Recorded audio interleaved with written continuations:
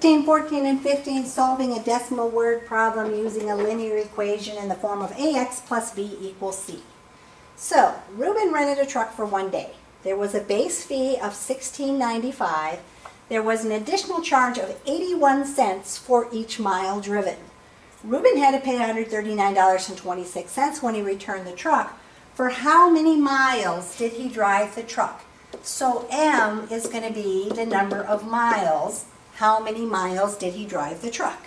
So that gives us a good hint when we read about the miles in the word problem that we probably have to insert a variable there.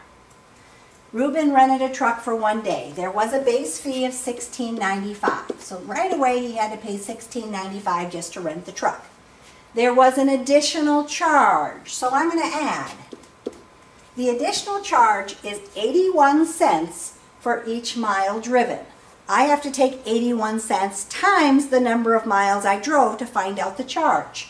Be careful, this is in dollars, so 81 cents would be 0.81 times the number of miles, so 81 cents times M would give me my additional charge.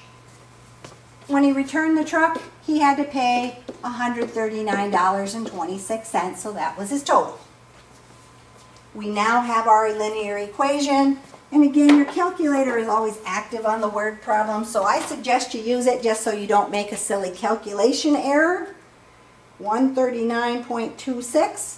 I've got to minus my $16.95 to move it to the other side. So 81 cents M equals 122.31.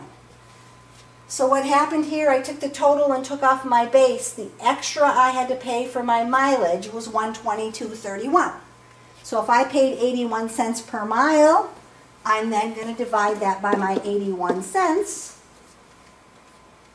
And that's going to give me the number of miles.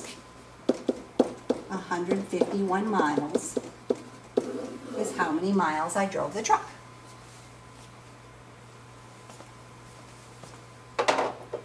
Number 14, Ashley received an $80 gift card for a coffee store.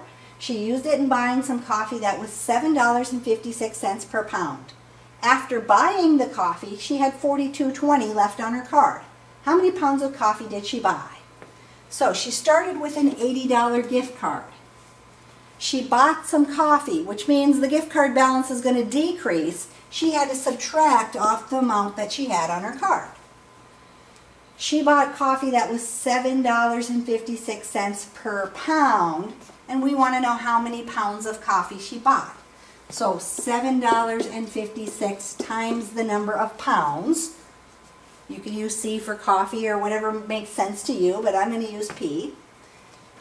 What she ended up with was $42.20.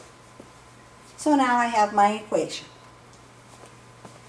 So I'm going to go ahead and solve that. So I'm going to start by subtracting my $80. And yes, I'm going to have a negative value, but that's okay because I have a negative 7.56p here. And we know that when we get a negative divided by a negative, it ends up giving us that positive answer that we want. So 42.20 minus my 80 is negative 37.80. If I take that negative 37.80 and divide it by my negative 7.56, I get P equals 5. So I know she bought 5 pounds of coffee.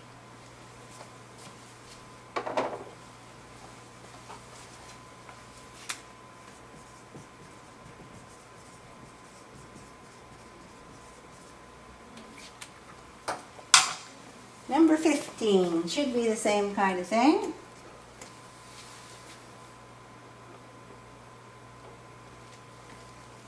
So it says, for his long-distance phone service, Tony pays a $6 monthly fee plus 8 cents per minute.